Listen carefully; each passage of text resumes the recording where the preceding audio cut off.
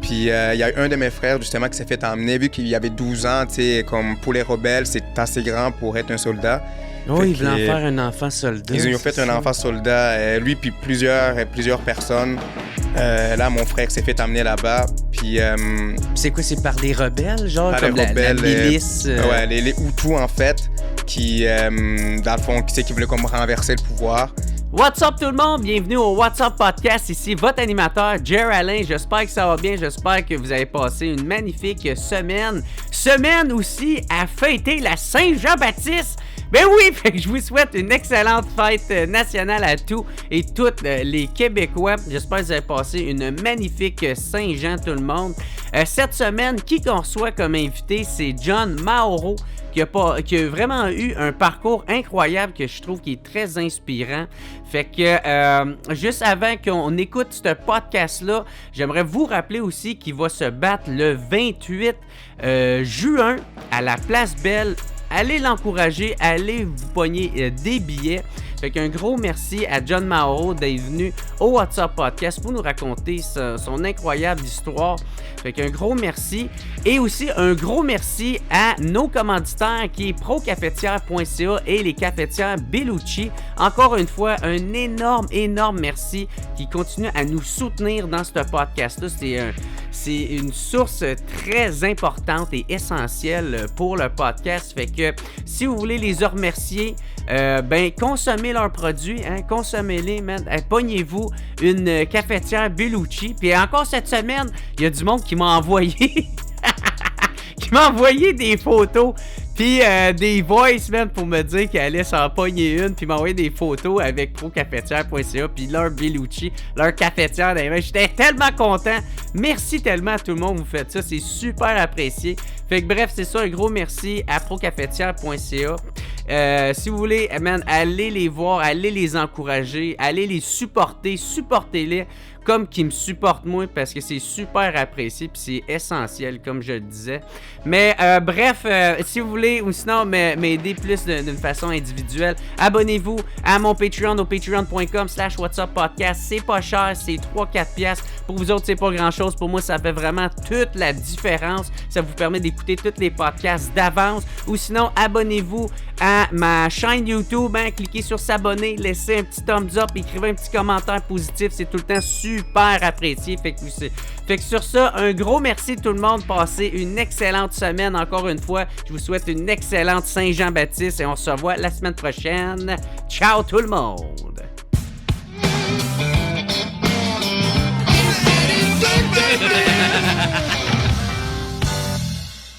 What's up tout le monde, bienvenue au What's Up Podcast. Aujourd'hui, nouvel invité, un gars que j'ai découvert dans un article de la presse qui est paru la semaine passée. Je vais vous inviter tout le monde à aller le lire, mais avant, j'aimerais dire un gros merci à John Mauro. Yes! J'ai-tu eu cette fois-là? Ah, écoute, je me reconnais, mais l'accent n'est pas la même. OK, bon, l'intention était là. Merci beaucoup. T'as un parcours vraiment incroyable, mon gars, très inspirant, je te l'ai dit avant qu'on commence à enregistrer, mais moi, ça m'impressionne beaucoup. Boxeur, tu vas faire ton premier combat de boxe chez les pros, mais tu as une 50aine de combats chez les amateurs, tu as plusieurs titres à toi, tu sais, j'ai checké, c'est 3 fois le titre champion du Québec, 2 fois celle des gants d'or, puis il est arrivé 4e aussi au championnat canadien. Mais en plus de ça, c'est fou parce que tu pars de... T'es réfugié, dans le fond, d'une guerre civile qu'il y a eu au Burundi. Ouais. Puis t'as été exilé en Tanzanie. Puis t'as vécu quand même, je pense 8 ans dans les... environ dans les camps de réfugiés. Puis là, t'as pu avoir le statut de réfugié au Canada. Puis là, t'as pu faire ta vie ici. Fait que bref, moi, je trouve que c'est un parcours vraiment intéressant, fascinant, inspirant. Fait qu'un gros merci d'être sur le podcast, mon chum. Merci de m'avoir invité. Écoute, c'est comment je pourrais dire, ça permet au monde de savoir un peu mon histoire, mon parcours, puis Merci encore pour l'invitation. Ben ouais, puis ça peut inspirer d'autres mondes, puis ben tout est là, esti. Fait que bref, avant qu'on commence à en parler de boxe, je pense qu'on va parler avec le début du début, si tu me le permets. Fait que c'est ça, toi, ça fait environ 20 ans que t'es au Canada. Ouais. Puis toi, t'as pas grand souvenir de qu'est-ce qui s'est passé là-bas, tu sais, de la guerre civile au Burundi, parce que t'avais à peine 2 ans quand c'est arrivé, c'est ça? C'est ça, en fait, moi, j'ai pas vraiment de souvenirs, mais mes parents m'en ont vraiment beaucoup parlé, tu sais, depuis que je suis tout petit. De toute façon, je le voyais que quand on était en camp de réfugiés, je le sentais qu'on n'était pas chez nous, puis j'attendais toujours parler du Burundi. Donc, au fur et à mesure, quand je grandissais, que je devenais plus mature, mes parents ont vraiment pris la peine de m'expliquer les pourquoi du comment, tu sais, pourquoi on est rendu au Québec. Ouais, c'est ça, expliquer le contexte. Le contexte, ouais. Puis tout ça. Puis les histoires qu'eux, ils ont vécues aussi. Ouais. Puis toi, tu connais-tu un peu l'histoire de la guerre civile qui est arrivée là-bas au Burundi? En fait, au Burundi, qu'est-ce qui s'était passé à cette époque? C'est qu'il y a comme trois, comment je pourrais dire, trois ethnies. Ouais. Il y a les Tutsis, Hutus et Tutsis. Ouais. Puis au début, on cohabitait ensemble. Puis il y a eu, comment je pourrais dire, la colonisation. Puis ça a comme créé un petit peu de la division entre les trois. Mais il y avait comme un ethnie qui était au pouvoir, qui était les Tutsis dans le fond. Puis à un moment donné, quand il y a eu... comment je peux dire, il a commencé à avoir la démocratie. Il y a eu les premiers présidents Hutus, moi je suis Hutu en fait, qui a été au pouvoir, puis il s'est fait assassiner. Puis, petite anecdote aussi, parce que dans ma famille, on a tous des noms de famille différents. Pratiquement tous les Burundais de ma génération, oups, le micro. Oh, il n'y a aucun problème. Ouais, nos noms de famille sont différents. Fait que les noms de famille vont être personnalisés. Donc, à cette époque, quand il y a le premier président Hutu qui a été au pouvoir, il y a eu mon grand frère qui est venu au monde. Puis mes parents trouvaient que c'était une bonne nouvelle qu'il y a eu quelqu'un de notre ethnie qui va au pouvoir. Fait qu'ils l'ont appelé Nkurunziza, qui veut dire bonne nouvelle. Fait que... ah oui, ben un peu comme ton nom de mon nom de famille, ouais, moi c'est l'homme de la paix. Ouais. Donc, tu sais, mes parents m'ont vraiment donné par rapport à mon caractère. Malgré que je fais la boxe, mais de l'autre côté, je suis tellement... c'est totalement l'inverse. Fait qu'ils m'ont dit, lui, il est tout le temps en paix. Fait que... Ouais. Puis là, c'est quoi? C'est finalement, il y a eu il a fini par avoir un coup d'État, je pense? Oui, là, ils l'ont tué. Donc, il faut savoir aussi qu'au début, les Tutsis, dans le fond, ils avaient essayé de comme... entre parenthèses, nous exterminer bien avant. Puis après ça, la paix est revenue. Puis c'est là que la démocratie est venue. Puis quand il y a eu notre premier président, notre premier président de notre ethnie qui a été au pouvoir, quand ils l'ont tué, dans le fond, il y a eu une rébellion. Ouais. Fait que les Hutus, ils ont dit, ça suffit, tu sais. Puis c'est là que la guerre civile a commencé, en fait. C'est un peu en même temps avec... ben, en tout cas, corrige-moi, je me trompe, là, avec le Rwanda. Avec le Rwanda, effectivement. J'imagine, parce que encore une fois, c'était la guerre Hutu-Tutsi. Ouais. Tu sais, moi, mes connaissances se limitent à quelques documentaires et le film L'Hôtel Rwanda. L'Hôtel Rwanda. Que j'ai été traumatisé là, par ce film-là. Là, fait que... mais j'imagine que ça doit donner un peu une idée de c'était quoi l'ambiance, le contexte. Effectivement. En dehors de ce que mes parents m'ont dit... Parce que Rwanda-Burundi, c'est la même chose. On était un seul pays au début aussi. Ouais, c'est dans l'Afrique de l'Est. C'est l'Afrique de l'Est. Ouais. Fait que c'est comme, comment je pourrais dire, c'est nos frères siamois, les Rwandais. Là, c'est la même culture. La seule chose qui a de différence, c'est genre l'accent. Okay. Mais sinon, on parle, les autres parlent Rwandais, nous Kirundi, mais c'est comme le français de France puis le québécois, tu sais. Oui, c'est différent, mais vous comprenez, on se comprend très bien, tu sais. Ouais, vraiment. Ou maintenant, les Québécois puis les Franco-Ontariens. C'est ça, tu sais. C'est une autre province, mais nous, c'est vraiment, tu sais, vraiment la culture, tout se rejoint. Si on se rassemble à agir comme... C'est la même chose, en fait. C'est pour ça que c'est les mêmes histoires. Juste que nous, ça a été moins médiatisé que le Rwanda. C'est ça. Sinon, c'est la même chose. C'est deux clans qui décident vraiment de vouloir comme s'exterminer ou un qui veut exterminer l'autre. Ben oui, c'est ça. Puis ça a été un génocide, là, hostie, au Rwanda, là, tabarnak. Là. Fait que j'ose imaginer, tu sais, c'est ça, ça devait être un peu similaire à... C'était... mais en fait, mes parents m'ont dit quand la guerre a été déclenchée, ça a comme mal tombé. Ma mère, tu sais, moi, j'étais vraiment tout petit, c'était moi le dernier enfant. Ma mère, elle était tombée comme aveugle. Il y a comme une maladie qu'elle avait contractée. Puis la journée qu'on allait l'amener à l'hôpital, la guerre a éclaté. Ah! Puis là, il y avait tout le monde, on va dire, c'est pas mal tous les villages. Ça, c'est mes parents, tu sais, vu qu'ils ils étaient comme médecins, tu sais, ils étaient quand même connus, fait que les gens venaient souvent chez nous même se faire soigner. Donc, ma mère, on l'a amenée à l'hôpital, puis la guerre éclate. Là, tout le monde part en courant. Puis là, là, ça, à un moment donné, mon père a fait, ben, moi, je peux pas vraiment partir, là, c'est ma femme, là, tu sais, mais tout le monde a eu peur, fait que tout le monde ont vraiment... Fait que là, mon père, c'est là que c'est parti. Puis tout le monde a été éparpillé, mes frères et sœurs. Puis il y a eu un de mes frères, justement, qui s'est fait emmener, vu qu'il y avait 12 ans, tu sais, comme pour les rebelles, c'est assez grand pour être un soldat. Oh, ils voulaient en faire un enfant soldat. Ils ont fait un enfant soldat, lui, puis plusieurs personnes. Là, mon frère s'est fait emmener là-bas. Puis c'est quoi, c'est par les rebelles, genre, par comme les rebelles, la milice? Ouais, les Hutus, en fait, qui, dans le fond, qui voulaient comme renverser le pouvoir. Fait que, tu sais, là, ils prenaient, tu sais qu'ils pouvaient prendre, dans le fond. Fait que, tu sais, mais à 12 ans, t'es encore un enfant. Puis la rébellion, les rebelles, c'était quand même assez dur. Mon frère, il me disait, tu sais, il devait se battre avec un adulte pour, comme, prouver sa place. Quand ils mangeaient, disons, on mettait, par exemple, du sable dans leur riz pour les habituer à manger un peu n'importe quoi. Tu sais, il pleuvait, ils devaient aller dehors pour s'habituer au mauvais temps. C'est vraiment des traitements qu'un enfant n'est pas supposé subir. Ah, fait que, OK, il a été longtemps quand même dans cette... parmi les rebelles. Là. Ah, il a été longtemps. Il a vraiment fait un genre de camp d'entraînement.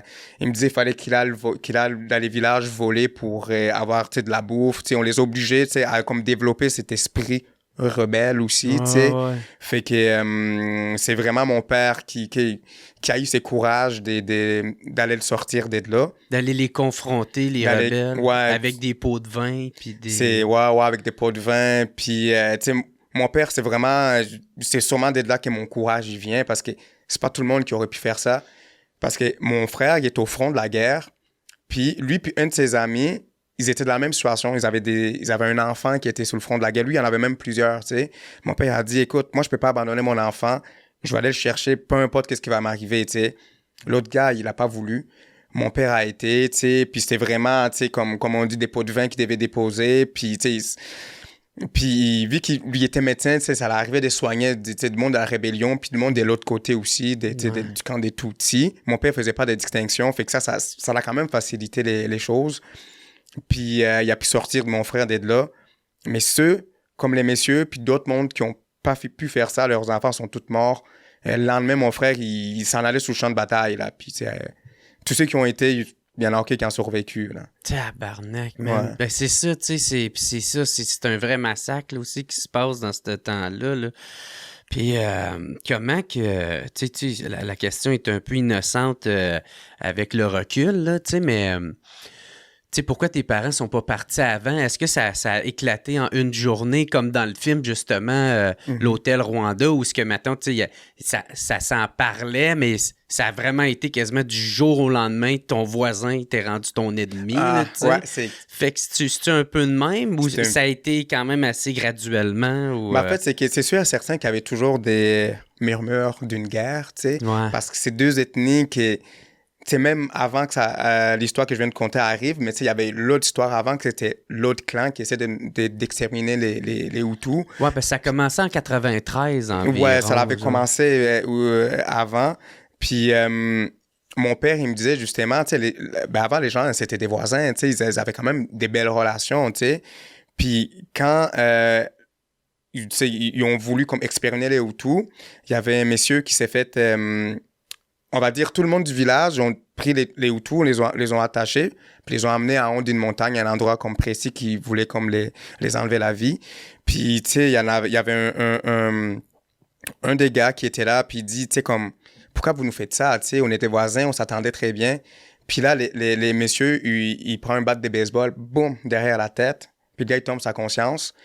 Puis, après ça, c'est ça qui a comme un peu sauvé la vie, tu sais, parce qu'ils l'ont comme pris un peu pour mort. Ouais. Ils ont exterminé tout le monde. Puis là, les gars, il s'est réveillé. Tu sais, puis là, il se rend compte qu'il est encore en vie. Puis là, tu sais, lui, il est comme un peu... Tu sais, il est pas content de savoir qu'il est encore en vie. Puis là, il essaie de sortir de là, mais il se rend compte qu'il peut plus. Ils ont tout coupé les tendons. Les tendons, c'est ça, tu sais, au cas où qu'il a survécu. Comme ça, lui, ben, il pourrait pas se déplacer. Fait que là, le monsieur, il se rend compte, ça fait comme c'est comme s'il allait subir une double mort parce qu'il sait que le lendemain, ils vont revenir pour voir s'il y a des survivants. Fait que là, il a resté là la nuit, tu sais, à attendre après son destin. Puis après ça, il a attendu quelqu'un qui est venu subtilement puis qui dit « Y a-tu quelqu'un, tu sais? » Puis là, les messieurs, au début, ils n'osent pas parler. Ils me disent hey, « C'est peut-être un piège, c'est peut-être les autres qui reviennent, tu sais. » Puis au final, il dit « Regarde, j'ai rien à perdre. » Là, tu sais, là, il fait signe qu'il y a quelqu'un de vivant. Puis la personne, elle vient, elle le détache vite fait, puis la personne part en courant. Fait que c'est sûrement quelqu'un qui voulait pas se faire voir qui a aidé parce qu'il allait se mettre un peu dans... Ben oui, il voulait pas se faire pogner le tout. Comme les Allemands, dans le fond, qui aidaient, disons, les Juifs. Ouais. Mais tu sais, en les aidant, les autres se mettaient en danger aussi. Contre le régime. C'est ça. C'est comme un peu la même chose. Puis le monsieur, il a vraiment, tu sais, il a rampé toute la nuit petit à petit. Puis... il a réussi à survivre, mais tu sais, aujourd'hui, écoute, il est rendu... Il est comme handicapé, tu sais, il peut plus rien faire de sa vie, il se fait nourrir, tu sais, il est comme plus autonome, là, sacrément, ouais. Man. Fait que ça, c'est une des histoires que mon père m'a raconté, tu sais. Ouais, fait que c'est ça, fait que dans le fond, ce que j'en comprends, c'est que ça allait un peu, c'est ça, ça a été un peu du jour au lendemain, là. Ouais, du jour au lendemain, puis ça a vraiment été, les gens se massacraient avec des machettes. Les machettes, c'est ça, les machettes, là, tu sais. Puis, par exemple, disons, tu sais, c'était rendu vraiment de la barbarie, là, tu sais. La femme est enceinte. Puis là, disons, les rebelles ou peu importe, tous les soldats sont comme, hey, je t'ai parié 20 pièces que c'est un gars. Là, t'es comme, non, je suis sûr que c'est une fille. Bon, on peut vérifier, tu sais. Fait direct, qui ouvre les ventes, tu sais, beaucoup d'abus. Ah, man, c'est épouvantable, man. C'est mon frère, jusqu'à ces jours, là, je le vois qui a gardé des séquelles de qu'est-ce qu'il a vécu. Ouais, c'est ça. Comment que ton frère, lui, il vit avec ça, tu sais? Honnêtement, ça l'a tellement rendu comme renfermé, là. Parce que lui, ça, il avait 12 ans. Fait que, il avait 12 ans. T'es encore un enfant, t'es un pré-ado, mais t'as quand même conscience de tout ce qui se passe, de ce que tu vis. Moi, j'ai des souvenirs de moi à 12 ans, tu sais, fait que... C'est sûr que c'est des souvenirs marquants à cet âge-là. Ouais. Fait que je l'ai vraiment vu que ça l'a affecté tout au long de sa vie. Il est vraiment devenu renfermé. C'est pas quelqu'un qui communique beaucoup, très silencieux et tout. Puis, tu sais, c'est sûr, il était un peu dur à saisir un peu, là, tu sais. Mais c'est ça, là, en ce moment, lui, dans le fond, il est rendu avec une femme puis des enfants, bien sûr. Puis, il est comme retourné. Il a fait beaucoup d'enfants. Il a fait comme mon père. Mon père en a eu 7. Lui, il a dit non, je vais en faire un de plus. Fait qu'il y en a comme 8. Il est encore au Québec? Non, en ce moment, lui, dans le fond, il est comme avec ses enfants puis sa femme sont retournés au pays. Mais ils font des va-et-vient, là. OK. Fait que ça s'est-tu réglé, finalement? Qu'est-ce qui s'est passé? C'est sûr qu'il va être marqué à vie, mais il a pu quand même construire sa vie après ça. Non, je parle dans ton pays d'origine. Oh, dans mon pays d'origine. Oui, ça a vraiment été la dernière guerre civile qu'il y a eu. Tu sais, il y a eu, c'est sûr qu'en Afrique... Des conflits il y a des petits conflits un peu, mais tu sais, quelque chose... Qui a demandé à ce que des gens soient déplacés dans un autre pays comme réfugiés. Nous, on a vraiment été la dernière génération... C'est ça. Okay. Puis tes parents, eux autres, ils ont-tu voulu rester ici au Canada? Ils sont retournés? Mais là, mes parents, c'est ça, c'est comme rendu à la retraite. Fait que, ils font... Dès qu'il fait froid...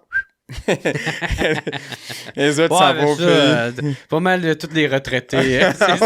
C'est ça qu'ils font. C'est vrai, ça. Ils sont rendus des snowboards. Dès qu'il fait comme là, ils reviennent en haut. C'est ça, tous les Québécois sont de même, tabarnak. T'es curé de frette, esti. OK. Ouais. Non, mais c'est bon, ça, man. Puis... fait que c'est ça, tu sais. Fait qu'il s'est passé ça avec ton frère aussi. Puis, fait que là, c'est à ce moment-là que tes parents ont décidé de s'exiler en Tanzanie. Oui, exactement, en Tanzanie. Ça a-tu été simple comme processus à faire? C'était quand même compliqué.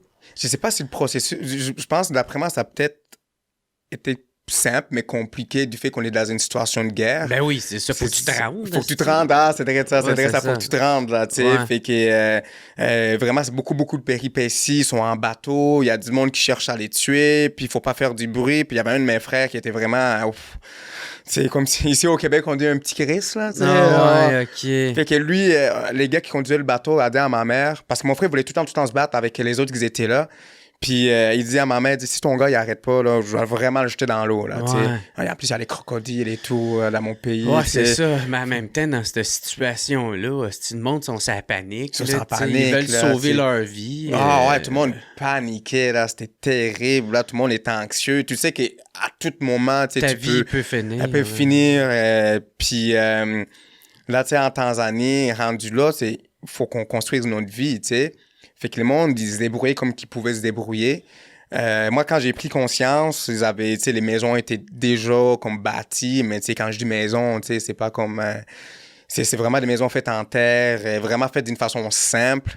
Puis, tu sais, il y avait pas vraiment d'asphalte, il y avait beaucoup des poussières. La poussière, je m'en rappelle, était très, très présente. Puis les gens, tu sais, j'ai apporté des vêtements déchirés, puis pendant les 8 ans que j'ai passé en Afrique, j'étais nu-pied. Tu sais, je me posais pas vraiment de questions parce que tout le monde était nu-pied. Non, c'est ça, toi, tu devais avoir, c'est ça, 2 ans, 3 ans. 2 ans, puis en montant jusqu'à mes 10 ans, tu sais, fait que... ça a été ton enfance. Ça a été mon enfance, là, tu sais, que j'ai vraiment... mes premiers souvenirs de vie, c'était dans un camp de réfugiés. Moi, la chance que j'ai eue, c'est du fait que mon père était médecin. Quand il a été là-bas, il a pu avoir un poste. Il y avait comme l'hôpital du camp, dans le fond, qui était supervisé par la Tanzanie. Elle, c'est ça, s'occupait disons, l'hôpital, ce genre de trucs. Puis la bouffe aussi, une fois par mois, elle nous donnait de la bouffe. Mais, tu sais, une fois par mois, on s'entend. Hein. Tu sais, il y a les autres journées dans le mois, là, tu sais. Il fallait que tu te débrouilles quand même, là, parce que sinon... À la fin du mois, là, c'est ça. À la fin du mois, c'est rough un peu. Puis les Africains ont fait beaucoup d'enfants aussi, fait que... fallait vraiment se trousser les hanches pour aller travailler, tu sais. Donc... ça, tu disais, dans l'article, il y avait même pas de toilette, même pas d'eau chaude, il y avait... Ah, ouais, il y a ça aussi, les toilettes, c'est vraiment les toilettes turques, comme qu'on dit, tu sais. Un trou, là. Un trou, puis il fallait que tu squattes, tu sais. Puis, tu sais, pas de papier toilette non plus, fait que, ben, sincèrement, à ce que je me rappelle, fallait tu ton imagination là pour t'essuyer, tu comprends? Tu sais, comme encore une fois, moi j'en garde des bons souvenirs, tu comprends, avec du recul, parce que quand t'es dedans, tu t'en rends pas nécessairement compte, parce que c'est ça ta réalité, tu sais. Puis c'est tout qu'est-ce que tu connais. C'est tout ce que je connaissais, tu sais, fait que, bref, fait que t'utilisais ce que tu pouvais, de l'eau, peu importe, du papier pour écrire dessus, fait que, journal, tu sais. Fait que c'est ça, pas d'électricité non plus. Fait que l'eau, tu sais, soit l'eau, tu te baignais à l'eau frette, tu mettais ça dans une chaudière, disons, puis t'allais à l'ancienne, tu te mettais du savon, tu sais. Ou si tu voulais de l'eau chaude, fallait que tu la chauffes. Ouais. T'attends, fallait pas que tu sois pressé, tu sais. C'est ça, hein. Fait que, ouais, ça ressemblait à ça. Ça ressemblait à ça dans l'environnement que tu grandissais quand t'étais enfant dans ces camps de réfugiés-là. Puis il y avait aussi l'école. Il y avait l'école qui t'avait un peu parlé dans l'article. Ah oui, l'école, c'était quelque chose, l'école en Afrique, honnêtement. Puis si je peux faire une comparaison avec ici, c'est moi ici, je suis arrivé en 4e année. Puis j'ai quitté l'Afrique en 4e année, j'ai recommencé en 4e année ici, fait que je peux vraiment faire une distinction.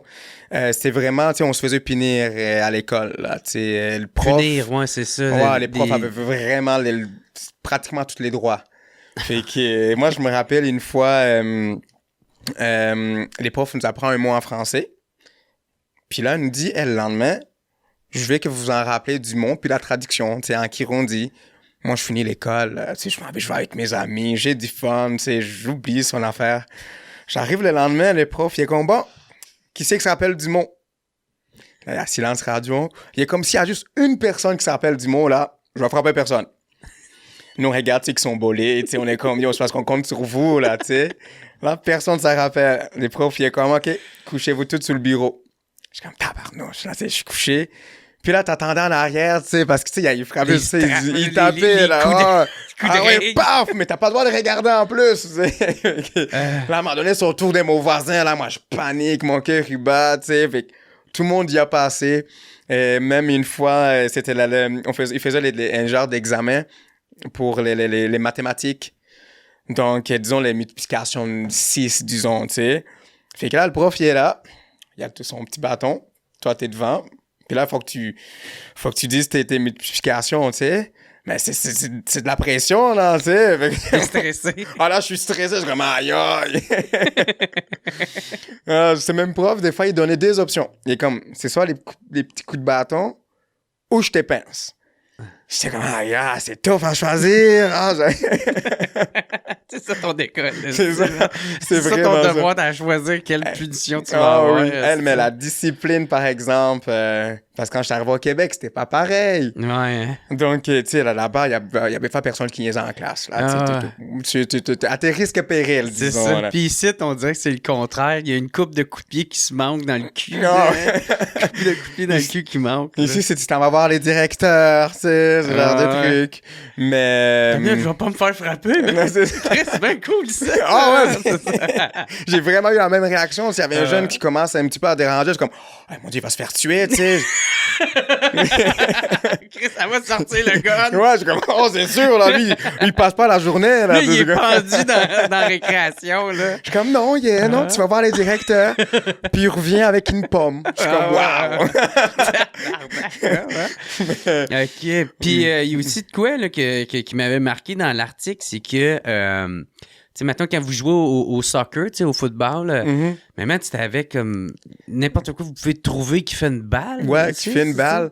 C'est vraiment, je me rappelle, on trouvait des sachets, on les emballait tout ensemble. Ouais, puis là, on mettait, on va dire, des élastiques pour vraiment tout. Pour que ça tienne. Pour que ça tienne. Puis après ça, écoute, ça finissait vraiment par faire un ballon, puis on jouait, puis souvent, c'est ça même qui développe souvent beaucoup de talent, tu sais, cette simplicité-là. Ben c'est ça, c'est là que tu vois qu'il y a que la passion, il y a que jouer, il y a tout ça qui compte, il y a pas de... Tu sais, ben là, je peux pas être bon, j'ai pas les meilleurs souliers, là, tu sais. Tu sais, des fois, on est tellement matérialiste, là, tu sais. Oui.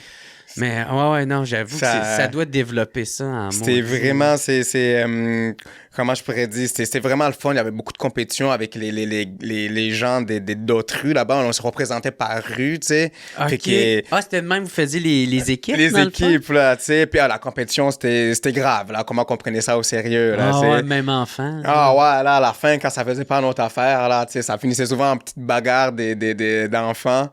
Puis, tu sais, on jouait nu-pied. Les risques, des fois, c'était la chaleur. Mon Dieu, qu'il faisait chaud des fois. Donc, si la game était à midi, là, je me rappelle, moi. Le sable était chaud. Ah ouais, c'est poussiéreux, jouer puis sautillant en même temps pour pas que ça me brûle. Puis, l'autre risque, c'était l'effet de se cogner les orteils. Ah, ça arrivait tellement souvent.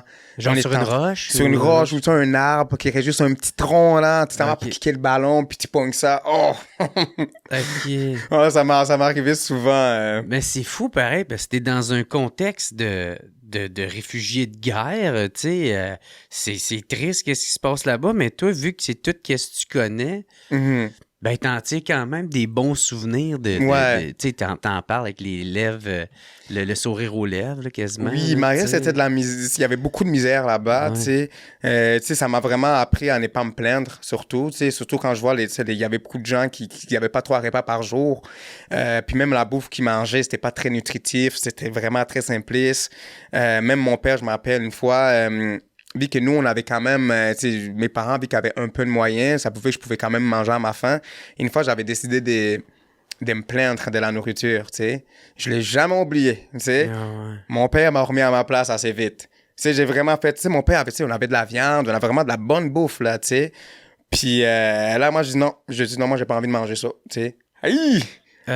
Mon père m'a remis à ma place. Pour du genre, tu sais, c'est un privilège qu'on avait, tu sais. Fait que, bref, tu sais, là, j'ai vraiment appris, faut pas se plaindre de la vie parce qu'il y en a vraiment qui vivaient pire, là, qu'il y en a tout simplement pas, tu sais. Qu'il y en a tout simplement pas, tu sais. Mais, tu sais, c'est tellement humain, ça, de quand t'es enfant, t'es ingrat. T'es ingrat, ouais. T'es ingrat quand t'es enfant. Puis là, tu sais, t'es rendu adulte, t'en repenses à ça, tu sais...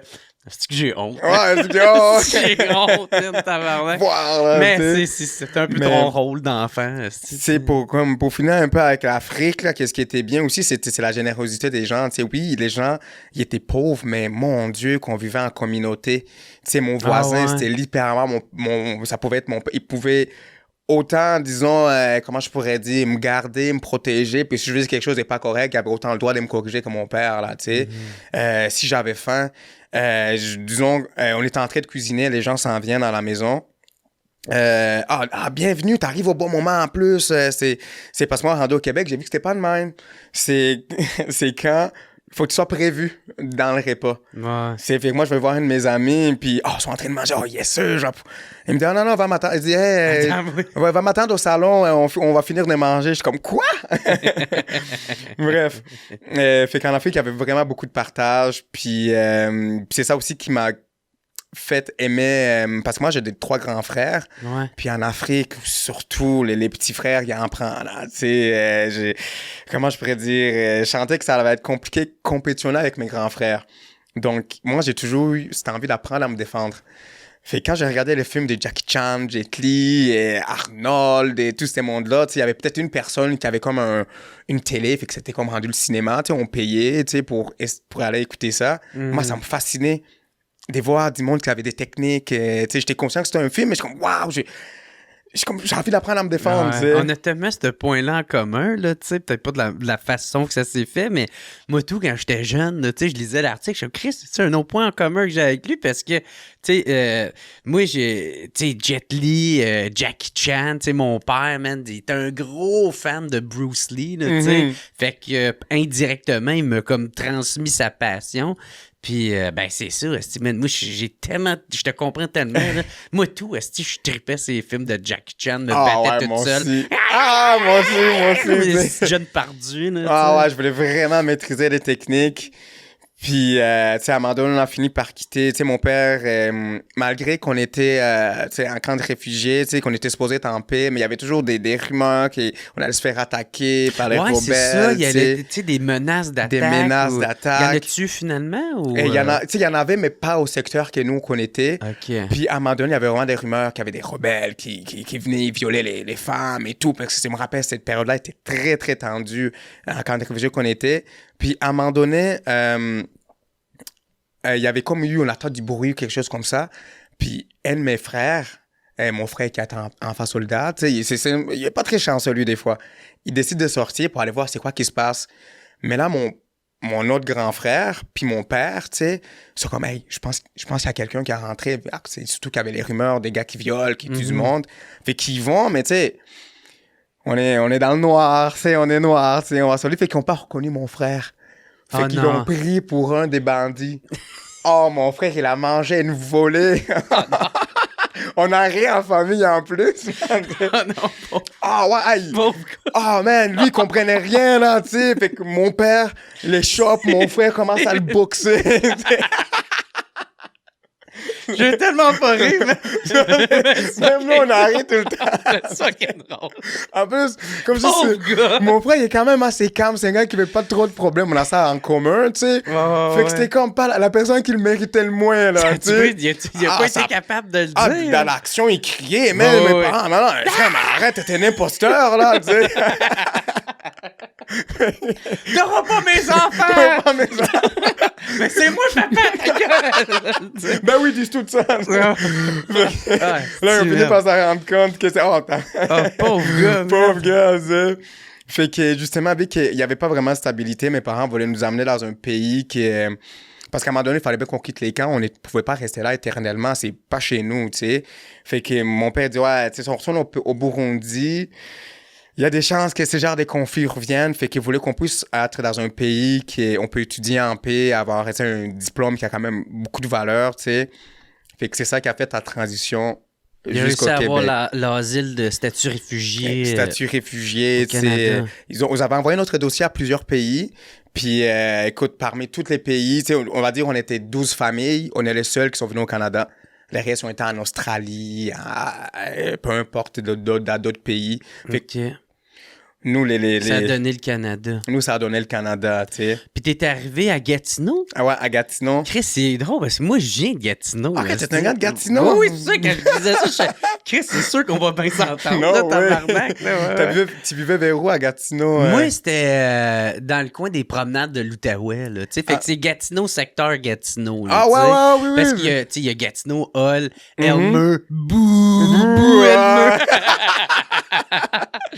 C'est ça, moi, c'était quel coin, environ? Ben, c'était proche de là, tu parles probablement des promenades, des grandes promenades. Maloney, là, Grébert. Exactement, oui, c'était vraiment... Moi, je vais sur c'était Pointe-Gatineau. Pointe-Gatineau, Pointe-Gatineau, c'est direct là que je vivais. Là, il y avait le bon coin de Pointe-Gatineau qui était comme quand même correct, puis t'avais l'autre bord que c'était rough un peu. Moi, là qu'on a commencé, Moi, tous mes chums qui vendaient de la dope et tout ça, c'était tout sur le bord pas correct. Là. Ben, pas correct. Plus défavorisé, on peut dire. Ouais. Tu sais, quand tu commences, on a vraiment commencé bas, là, tu sais. Mais on était encore un peu émerveillés du fait qu'on était au Canada. Ouais, toi, c'était quoi tes anticipations? Tu sais, comment t'anticipais Gatineau, le Canada? Les Canada, je dirais qu'en Afrique, honnêtement, on avait tellement de stéréotypes positifs du Canada, tu sais. Juste... Honnêtement, quand je voyais un blanc, je capotais, là, je comprenais rien. Tu sais, parce qu'on vivait juste... Ben oui, t'as jamais vu de blanc, entre personnes des couleurs, des peaux noires. Puis là, je voyais des blands. Là, je me rappelle, moi, tu sais, des fois, on va à la télé, des enfants noirs qui vont voir, tu sais, on se fait donner des bonbons et tout, tu sais, ils étaient très gentils avec nous. Là, je comprends, comment ça sont blancs? Je comprends pas, tu sais.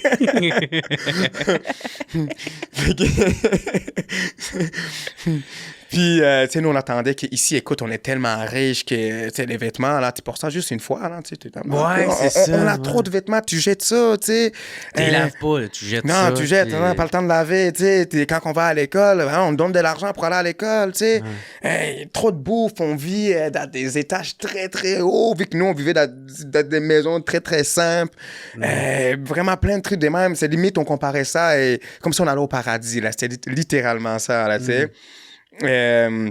Donc, quand je suis arrivé ici, puis moi, dans ma tête, écoute, comment je pourrais dire, je voyais tellement on peut dire les Canadiens du monde gentil, ça vole pas au Québec, mais non, tout le monde est riche. Ouais. Fait que quand je suis arrivé, mon voisin me donne un beau BMX. Moi, là, je m'en vais à l'école. J'ai dit, je le mets sous la clôture, tout innocent. J'ai 10 ans, je dis, mais non, on est au Canada, c'est sûr que ça vole pas. Oh non. Là, je reviens pour aller dîner, je suis comme, il y a où mon BMX? Tu t'es fait voler ton bac. Ouais. Je suis comme, non, ça doit être mon frère qui a passé. Il dit, non, c'est le bike à mon frère, je vais le ramener à la maison, tu sais. Alors, petit appel, je suis comme, OK, même au Canada, c'est le même, là, OK. Ouais, c'est ça, c'est. Fait que, bref, mais tu sais, après ça, c'est vraiment s'adapter, tu sais, la langue, tu sais, moi, je parlais, écoute, je savais dire bonjour, comment ça va, tu sais, comme. C'est ça, parce que tu parles pas français. Je parle pas français, tu sais, si on parle québécois en plus, l'école, c'est difficile parce que juste faire des maths, faut que tu comprennes le minimum des français, tu sais. Fait que... Puis t'es arrivé, c'est ça, quand t'avais 10 ans environ. 10 ans en 2005. Fait que tu sais, t'étais en deuxième année, ça veut dire? J'étais en quatrième année quand je suis arrivé. Ah, quatrième année, oui, excuse-moi, t'as raison, quatrième année. Mais là, tu sais, t'as un retard à reprendre, là, j'imagine. Je dirais, je pense normalement quand t'as 10 ans, t'es quoi? T'étais en cinquième ou en quatrième au Québec? Ouais, ben c'est ça, 4-5. 4-5 à peu près, fait que j'avais pas encore du retard. Puis petite anecdote aussi, je me rappelle à cause des différences culturelles. Chez nous, disons si tu parles avec quelqu'un d'autorité ou quelqu'un des plus âgés que toi, peu importe, surtout dans une situation de conflit ou ce genre de trucs, faut pas que la personne te la regarde dans les yeux. T'sais, c'est comme si tu l'as confronté. Disons, mon père me chicane, je vais pas le regarder dans les yeux. Là, je le regarde à côté. Fait que moi, je m'étais chicané avec un élève. Puis là, la prof était fâchée, elle veut me parler. Là, elle me parle. Puis moi, je la regarde pas, je la regarde à côté. Elle me dit, hey, tu sais, comme, faut que tu me regardes dans les yeux. C'est un manque de respect. C'est le contraire, c'est ça. Moi, j'étais incapable. Fait que ça m'a pris du temps à apprendre à regarder les gens dans les yeux. C'était vraiment pas naturel. Ça, avec ma timidité et tout. Ben oui, c'est ça. Hein. Fait que sinon, c'est toute une grosse adaptation, man, d'aller carrément dans un autre pays, d'autres coutumes. Jour et la nuit. Ça a été quoi tes premières initiations aux coutumes québécoises? T'en as-tu vu? Les initiations, je dirais que c'était peut-être un peu à la musique. Là, je pense que la première musique québécoise que j'ai écoutée, c'était sur la toune C'est-tu mon aïeux, ton arrière-grand? Ouais, c'est ça la musique québécoise. Là, on dansait le... OK, cool. Ça, c'était comme un peu l'initiation. La bottine souriante. Moi, tu portes le clé. Non. OK. C'est la cabane à sucre aussi, je me rappelle très bien. J'ai vraiment eu une très belle accueil, honnêtement, au Québec. Ouais. Puis j'ai fait 2 ans à Gatineau. on a décidé de déménager à Saint-Hyacinthe parce qu'il y avait comme des travails un peu, comment je pourrais dire, comme un peu sous-table, on va dire, là, tu pouvais travailler dans les champs, ce genre de trucs, dans les fraises, comme nous, nouveaux arrivants, comme mes parents trouvaient qu'on va commencer par ça. Plus d'opportunités. Plus d'opportunités. Mon père pouvait pas être médecin parce qu'il fallait qu'il retourne à l'école, mais lui, il a 7 enfants en souvenir à leurs besoins, fait qu'il n'y a pas le temps, Ouais. Fait que c'est pour ça qu'on avait été à Saint-Hyacinthe pour genre des petites opportunités, de la facilité d'avoir accès à des jobs, en fait. Puis, moi, c'est là que à partir des 12 ans, j'ai commencé à grandir. Puis c'est au secondaire, tout ça, j'ai toujours été comme le seul noir là, de la classe, il n'y avait pas beaucoup de personnes à peau noire à l'époque. Donc, mais, j'ai pas vraiment vécu de racisme ni rien, j'ai vraiment vécu une belle accueil et tout, Fait que, ouais, c'est pas mal ça, ouais. Ben, c'est cool, puis je suis content de te l'entendre dire parce que, pour vrai, moi, de tous ceux que j'ai reçus sur mon podcast, ils m'ont tous dit environ le discours que tu me dis, tu sais, que oui, ils ont eu des expériences négatives, ils en ont vécu, mais ça ne représente pas c'est pas représentatif de qu'est-ce qu'ils ont vécu au Québec puis de comment ils ont été accueillis. C'est vraiment des petites minorités de gros crises de colons qui est pas capable de vivre, là, tabarnak, là. Mais qu'en général, ça s'est très bien passé puis ils sont très accueillants, les Québécois. Là, oui, ils sont vraiment très accueillants. Comme moi, j'ai toujours vu comme ma différence a vraiment fait ma force, à la limite, là, surtout, comme par rapport à mon caractère, comme je suis très, très doux, comme les gens ont toujours eu une approche, comment je pourrais dire, ils s'approchent facilement de moi, hein, c'est ça, sans me vanter, on peut dire, c'est une des qualités que j'ai, Puis, je suis très humain, c'est ça, comme les contraires de quelqu'un de manuel. Je n'irai pas monter MUBKA, là. C'est pas moi, ça. Là, ouais. Mais c'est ça. Fait que tu as une facilité, tu as une approche. J'ai une approche. Et au fur et à mesure que je commençais à être moins gêné au Québec, j'ai vraiment fait, hey, finalement, tu sais, je suis quelqu'un de très humain, j'aime ça parler avec les gens et tout. Fait que j'ai commencé par j'ai joué au soccer pendant longtemps, une bonne partie. Ça a comme été une continuité de l'Afrique. Puis j'avais un grand frère il y a juste 2 ans de plus que moi, on était toujours en compétition. On se battait beaucoup en Afrique, même au Québec. Puis lui, c'est une des personnes qui voulait justement qui me poussait à être fort parce que j'étais tanné qu'il me batte. Il me battait tout le temps. Ouais. Puis, mais au soccer, lui, il avait vraiment un talent naturel. Si on était en Europe, d'après moi, il aurait été une superstar, OK. Là, c'était inné chez lui. Fait que moi, j'ai vu que mon frère, je vais toujours rester dans son ombre. On m'appelait toujours le frère de Moïse. Mais moi, j'étais content parce que c'était mon frère, je l'idolâtrais beaucoup. Mais tu veux pas vivre dans son ombre. Je veux pas vivre dans son ombre. C'était limite si le monde connaissait mon nom, Ouais. C'est quand j'ai découvert la boxe que là, écoute, ma vie a comme eu une autre trajectoire complètement, Ouais, parce que t'as découvert la boxe à 17 ans, genre, à la fin de ton secondaire. Ouais. C'est là que c'est arrivé. Puis, mais comment que ça s'est passé, là, tu sais, parce que là, dans l'article, ça passe quand même vite, là, de 17 ans à remporte 3 champions du Québec. Fait comment que ça s'est passé? Ça, c'est rapidement, le monde ont vu que tu avais un talent inné pour ça, puis t'étais motivé, quelqu'un de sérieux. Puis... C'était vraiment le fait que, moi, il faut savoir qu'au départ, j'étais vraiment un petit gars très peureux, Oh mon Dieu, juste voir les gens se battre, ça m'est traumatisé, c'est brutal, il y a du sang, Fait que j'ai toujours su que je savais pas me battre, puis ça me rendait mal à l'aise avec moi-même, là, Puis surtout quand on est rentré dans l'adolescence, mon frère est rentré dans l'adolescence avant moi, j'ai fait, je peux plus rien faire, il s'entraînait et tout, il est rendu trop costaud et tout. Donc, j'ai commencé par faire de la musculation. Puis je commençais à gagner un petit peu de la masse, puis que ça m'a donné un peu confiance en moi. À l'école, on organisait des casse-gants entre jeunes, Ah ouais. Fait que moi, j'y vais pour regarder, pour les fun. Tu mets le casque de hockey puis les gants de hockey. Ouais. Là, mais nous, c'était vraiment juste des gants de boxe, puis là, les jeunes, il y avait vraiment... On en parlait tout le temps. J'ai dit, faut que j'aille assister à ça, Mais comme tu as pu voir dans la vie, c'est toujours des petits truc que tu vis qui, au final, fait une grande différence, là, tu sais. Qui a un impact sur ta vie. Je pensais jamais que cette journée allait quand même changer ma vie, tu sais, comme déterminer le reste du parcours de ma vie. Et là, je m'en vais là, tu sais, je suis là. Et un gars, Guillaume Beaulieu, je vais le citer si jamais il écoute ça, Guillaume Beaulieu, shout-out à lui. Lui, il faisait de la boxe. Il me voit, il me dit « Hey, John, t'as l'air en forme en plus, viens-t'en, on va se battre. » Moi, je savais qu'il faisait de la boxe. Ouais. Je fais, non, mais je viens de manger, tu sais, il y a trop de soleil en plus, là, tu sais. Un de mes amis, il dit, moi, je vais y aller. Je fais, hey, dude, c'est parce qu'il fait de la boxe, là, tu sais. Mon ami, tu sais, il est comme, je m'en bats les couilles, tu sais, il dit ça. OK. Mon ami, il va.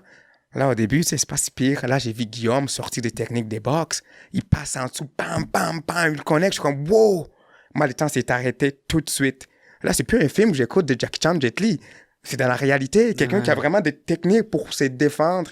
Ce que j'ai toujours voulu. En temps réel. En temps réel, tu sais. Dis-toi, j'étais tellement gentil puis inoffensif, on m'appelait Tijan. Tu sais, John en français, c'est Jean, tu sais. Ouais. Puis en Kirundi, c'est Johanna. Ça, c'est mon vrai nom. C'est juste que mon père l'a traduit, il a fait traduire en anglais qui est John. Mais des fois, ceux qu'on lit très, très jeune m'appelaient Tijan. C'est Tijan, tu sais, il est gentil, tu sais. Donc, quand j'ai vu le gars sortir technique des box, les temps s'est arrêté. Puis là, on a été séparés à la bagarre. Puis j'ai dit, hey man, à mon ami qui venait de manger une volée, là, j'ai dit, je pense qu'on va commencer la boxe. Fait que ça a été cette journée-là, quand j'étais pas le plus doué au début, mais j'avais cette envie d'apprendre. Oh mon Dieu, j'ai eu la piqûre tout de suite. Puis mes amis ont tout arrêté, tu sais. Puis après ça, moi, j'ai construit ma carrière petit à petit, tu sais. Il y avait vraiment quelque chose qui m'attirait, tu sais. Ouais. Cool. Puis c'est quoi? Tu t'es inscrit dans une école de boxe? Comment ça s'est passé, tu sais, ton parcours? Les seuls clubs que moi je connaissais, c'était les clubs de boxe de Saint-Hyacinthe. Ouais. Donc, Celle d'Anthony? Celle d'Anthony, tu sais. Anthony, dans cette époque, il boxait. Ça fait que moi, j'ai 17 ans. Anthony devait peut-être avoir comme 15-16 ans à peu près. Tu sais, on était tous les deux des ados. C'est quand même drôle que maintenant, c'est mon coach, là. Ouais. Tu sais. Donc, je m'en vais là. Puis c'était Marc, Seyé, son père, qui était là. Là, on parle, là, avec mes amis. Il nous apprend comment marcher comme un boxeur. Tu sais, je me rappelle, c'est la première chose qui m'a appris, de mettre en arrière, puis on marche. Au début, on trouvait tout ça drôle un peu. Fait que ça a commencé là, mes premiers sparring aussi. C'est là que j'ai fait, je pense que j'ai quelque chose. Parce que je voyais que je commençais à surpasser du monde, qu'ils étaient là, que ça faisait longtemps, tu sais. Puis, mon premier combat, moi, j'avais fait du sparring. Je savais même pas comment ça se déroule et tout. On me dit... il y avait un boxeur professionnel qui était là, Michael Gadebois. Lui, il m'a quand même beaucoup inspiré à être un boxeur professionnel parce que c'est lui qui était au top à l'époque. Mm-hmm. Il jouait au soccer avec mon frère, puis il me dit, hey, on fait un gala de boxe, veux-tu faire un combat, tu sais? Moi, j'avais fait 6 mois de boxe. J'ai dit, c'est assez, je sais me défendre. Là, je dis, wow, pourquoi pas? Puis la journée du combat, j'arrive, puis tu sais, j'étais pas encore nerveux parce que pour moi, c'était du sparring devant la famille. J'arrive là, je vois les médecins. Les ambulanciers et tout, je suis mon Dieu, c'est quoi qui se passe? Là, je commence un peu, là, on se fait peser, je suis comme, mon Dieu, OK, c'est sérieux, là, un combat, là. Bref, fait que je l'ai gagné par, vraiment, les gars, je l'ai frappé, il a tombé, je suis comme, wow, c'est quoi qui s'est passé, tu sais? Fait que ça a vraiment été mon premier combat, puis... Puis là, t'as monté les échelons de même, parce que c'est ça, t'as fait une 50aine de combats dans amateur. 55. 55, OK, ouais. Ben merci de me corriger. Puis comment ça a été, mettons, ton premier champion du Québec, tu sais, comment ça s'est passé, ça? Comment ça a été? Je dirais c'est encore une fois une histoire de résilience aussi, tu sais. Moi, tu sais, comme qu'on dit, c'est correct que je sois dans la vie, là, tu sais, comme... Tu sais, ça m'est arrivé d'avoir comment je pourrais dire, des échecs, mais j'ai toujours eu cette force de revenir puis remporter ça, parce qu'après une fois j'ai participé à ces tournois, je me suis fait éliminer dès le premier combat. Puis ça frappait l'ego, tu sais, parce que t'es éliminé, après ça, tes amis, des autres, ils continuent, tu sais, puis là, tu vois le gagnant, puis comment ça a l'air bon d'être un champion, tu sais. Je me suis dit, tu sais quoi, l'année prochaine, je vais revenir, puis je vais revenir plus fort, là, tu sais. Là, je me suis entraîné, j'ai toutes mis mes chances de côté.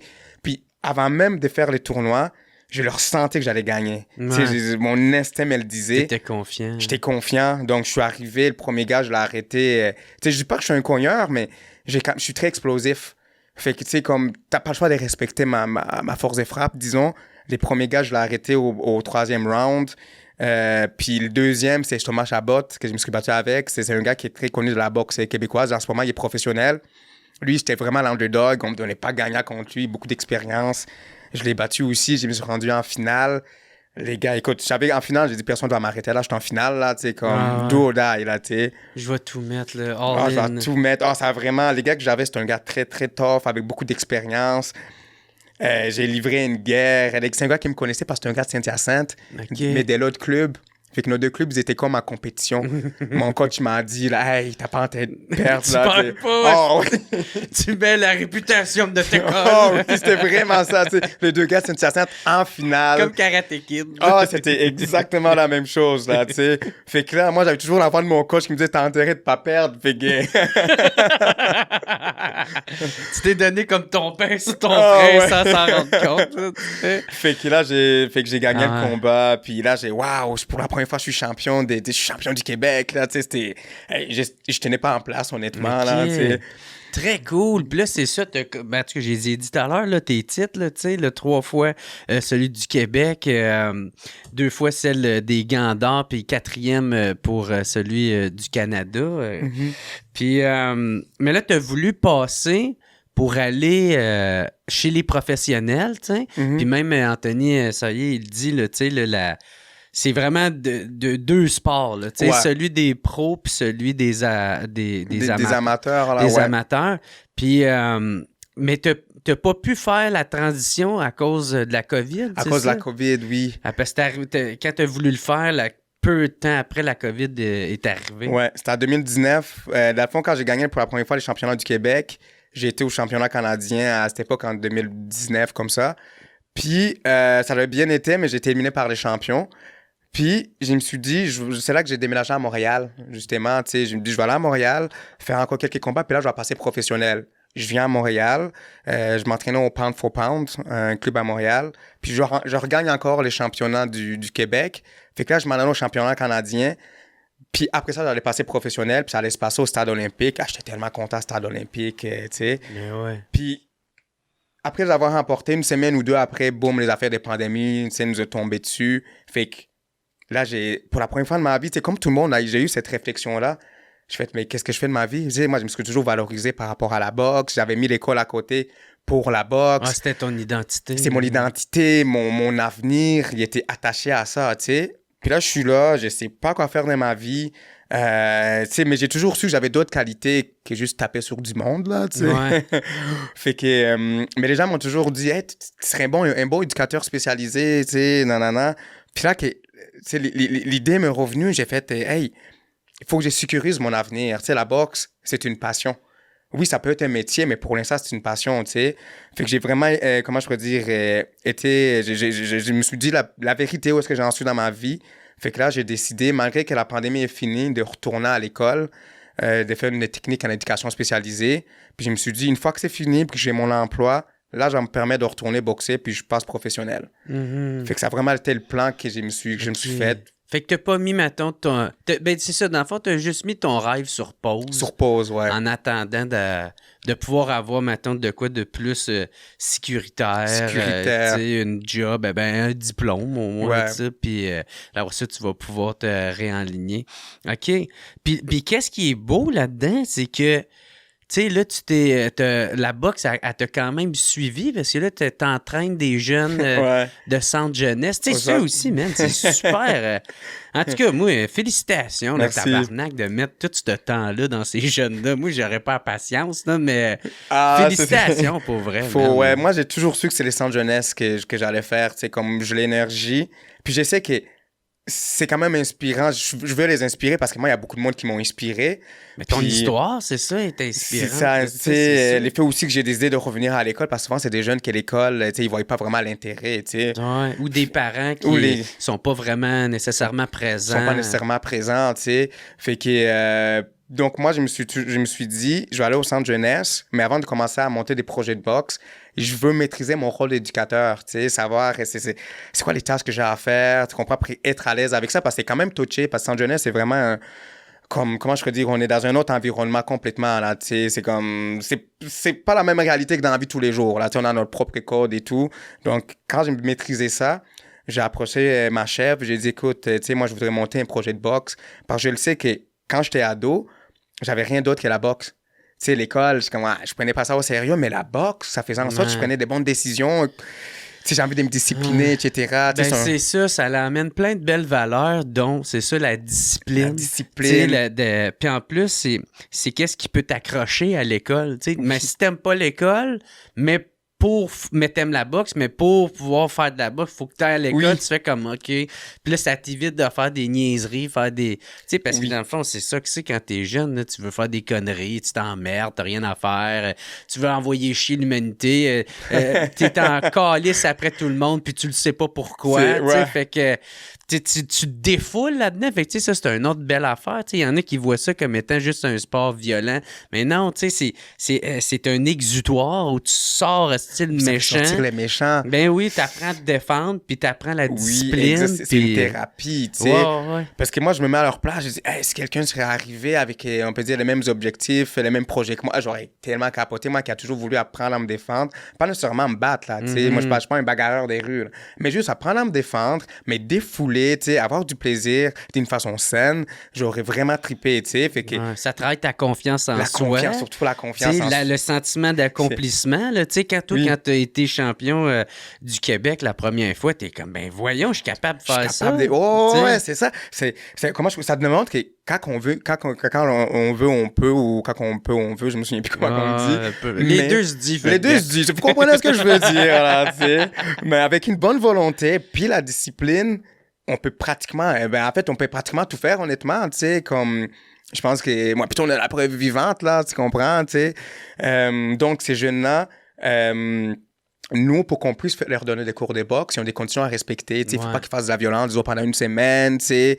Il faut vraiment, tu sais, qu'ils se comportent bien, parce que si le jeune est violent, puis je l'apprends des techniques des boxe, on s'entend, tu sais.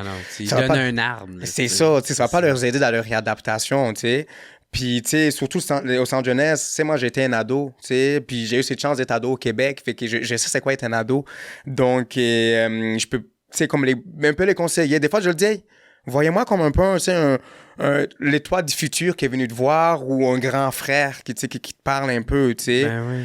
Ben, c'est parce que, tu sais, aussi avec ton parcours, si toi, t'as pu réussir, tu sais, t'as pu te rendre où ce que t'es, mais Chris, eux autres aussi, là, sacrément, ils peuvent. Tu sais, toi, t'en avais des raisons de dire, d'être en crise contre tout le monde, puis de, hey, je suis pas chanceux, j'aurais pas dû vivre ça quand j'étais plus jeune. Ben non, tu sais.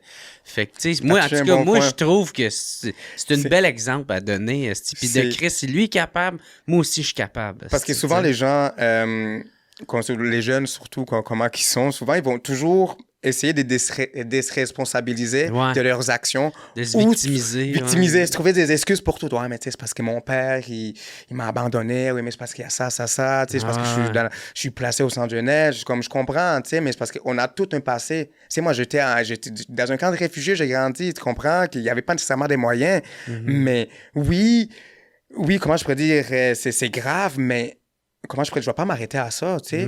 Parce que sinon, je me trouve des excuses. Ah, t'en as des excuses. T'en as des raisons. J'étais un des jeunes qui avait... j'avais des excuses pour tout. À l'époque, je me trouvais cool. Mais finalement, tu peux pas toujours trouver des excuses à tout. Faut que t'assumes, tu sais. Fait que c'est ça que je leur dis tout le temps, tu sais, aux jeunes, tu sais. Puis surtout, la discipline... moi, j'aurais voulu apprendre ça plus jeune. Quelqu'un m'aurait parlé de la discipline et ça fait tellement une différence. Je serais jamais devenu champion si j'avais pas des disciplines, tu sais. Puis, tu sais, c'est ça. Fait que je leur transmets vraiment les valeurs que la boxe apporte. Puis c'est ma façon pour moi d'amener, comme d'intervenir avec ma propre couleur, comme qu'on dit. Là, ouais. Mais c'est très cool, man. Fait que là, comment il est arrivé ton là, parce que tu vas être en combat là, le 28 juin à Place Belle sur la carte de Jean Pascal. Ouais. Premier combat professionnel, c'est assez satisfaisant commencer de même, là, j'espère. J'en reviens toujours pas, honnêtement. Ouais, mais voyons donc. Fait que comment qu'on te l'a proposé, ça, c'est que t'as gagné t'as recommencé à faire des combats parce que t'as quand même eu une longue pause, je pense, à m'amener. C'est ça, la pause qui est quand j'étais aux études. Ouais. Puis quand je suis revenu... 2 ans environ, je pense. 2 ans, 3 ans à peu près. 3 ans à peu près. Tu sais, il y a le temps de la COVID, aussi. COVID a duré un certain temps, tu sais.